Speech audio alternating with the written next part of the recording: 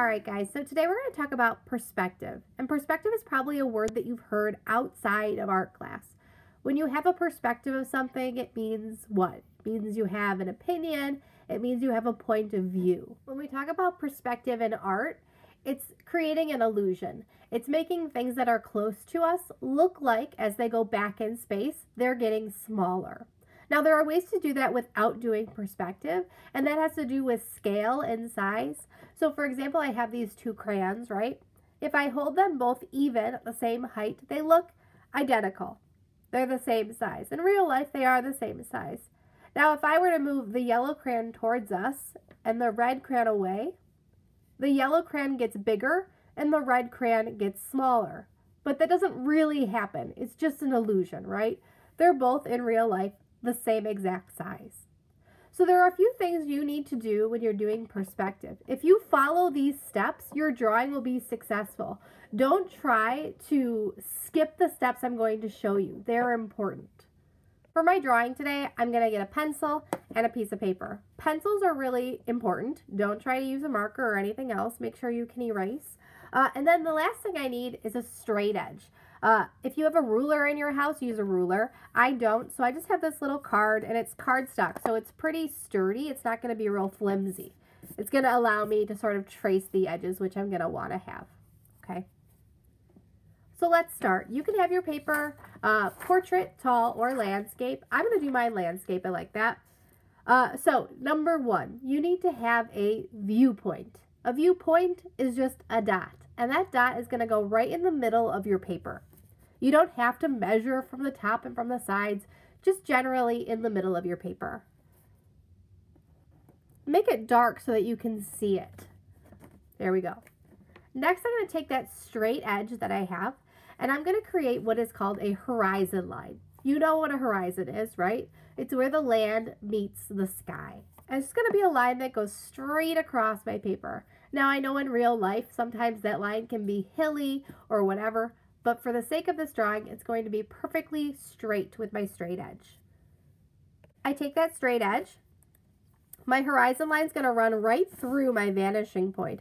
So I'm going to bring it right up to the point, line this edge up with the edge of my paper. That way it's not diagonal or anything. And draw a line. This time it can be light from the end to the vanishing point, and then you'll do the other side as well. If the straight edge you're using is long enough, you can do from one side of the paper to the other in one sort of swoop there. Oop. Make sure that straight edge doesn't move. Hold it in place with your hand. There we go. That's pretty good. So again, my vanishing point, my viewpoint, and my horizon line. Really important. I'm going to use both of these throughout my drawing. So again, don't skip that step.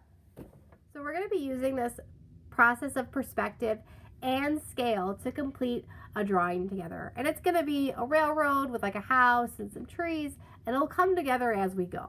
Okay, so the first thing I need to do is do the train tracks. And here's the rule. All lines go back to the vanishing point unless they are totally vertical, straight up and down. Okay, so watch. Let's do our train tracks. I'm going to line it up with the point, my straight edge, like that. And imagine you want to start off wide and get skinny as you go back. So lining that up, bringing that line out. The same thing for the other side of the tracks. There we go. See that? Now, the tracks are thick on the side, so if I want to make my wood look bigger, I want to leave a little bit of space and do that process again. So again, lining up with my vanishing point, bringing my line down.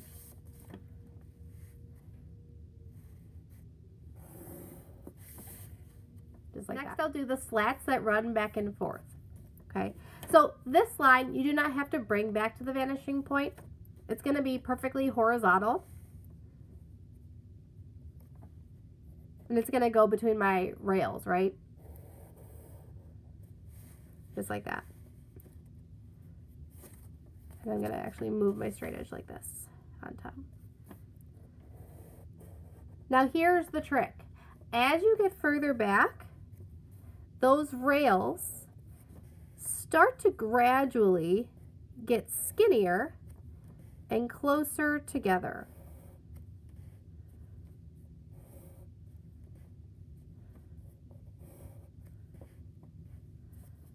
It doesn't have to be perfect, but you definitely want your first few rows to be a lot bigger than the ones in the back. And at some point, they're just going to get so far away that I'm just going to have these little lines on here. They sort of fade off into nothing. See that? All right. Next, let's do a house. I'm going to use my straight edge again. This time, I'm going to do 2 totally vertical lines. So using my straight edge, say, where do I want my house? I want my house to be about here.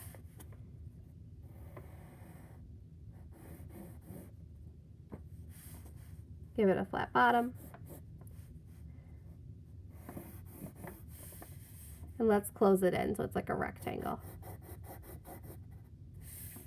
See that? Just a normal rectangle. Now I'm going to use my perspective. So I'm going to come to the bottom corner of the house and the top corner of the house. I'm going to connect those 2 points with my vanishing point. I'm going to do this lightly because, again, I told you we'd be erasing some things. We're going to erase part of this line. Line up the 2 points, see that?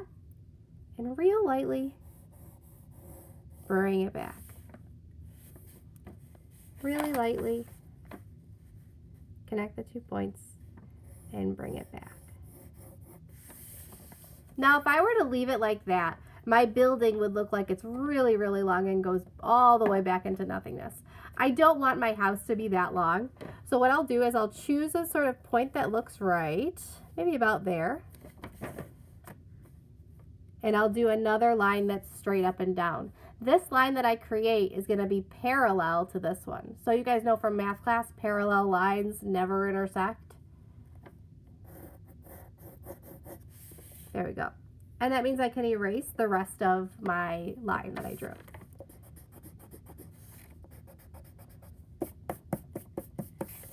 There we go. Let's give our house a roof. This is pretty simple. It's a normal pitched roof, you know, like a triangle. Okay. But then I've got to bring the top of the triangle back to meet the vanishing point. Line up my straight edge with the top of my triangle and with my vanishing point. And again, I'm going to erase part of this line because my roof isn't going to go off into nothingness while my wall stops here. My roof wants to stop where my wall is. So I'm just going to bring that line up at an angle like a roof would be, right? And then again, just erase that line. I don't need it anymore.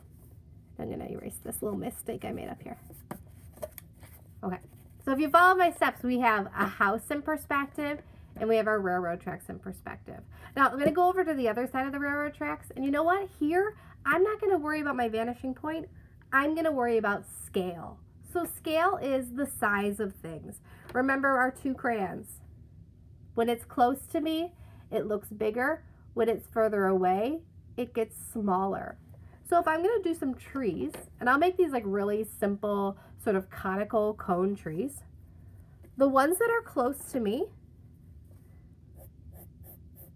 will be lower on my paper and bigger.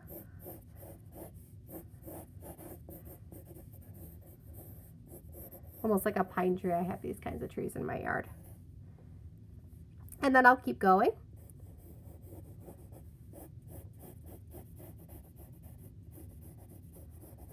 I'm just going to get a little bit smaller as I go.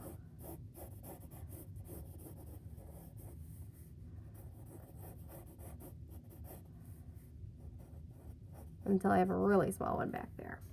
And notice it sort of follows that same line. If I were to go to my vanishing point and bring it out, that same line that like my railroad tracks are on, right? Okay, so I have a house, I have railroad tracks, and I have trees. Next thing I want to do is add some house details. So on the front of the house, I can just draw a window. And again, this time I don't have to pay attention to perspective. So just a nice rectangle for a window. You could do a door on this side if you want.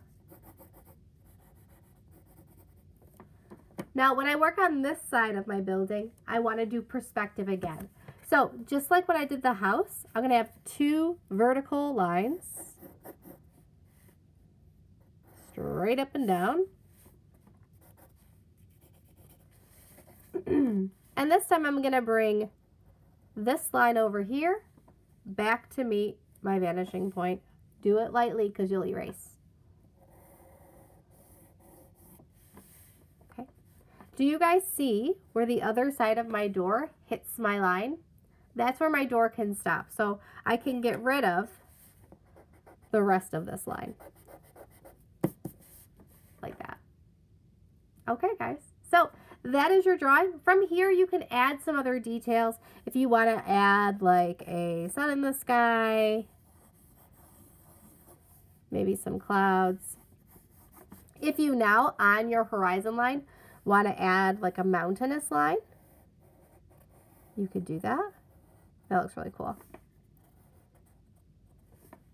And then you're going to be shading or you're going to be coloring. I think today I'm going to shade my project.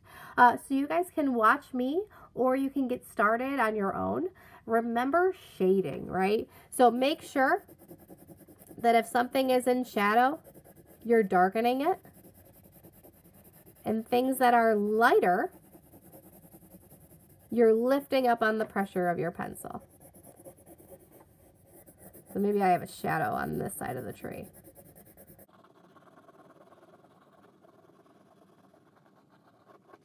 Okay, so guys, I'm going to keep going with this. I hope you enjoy.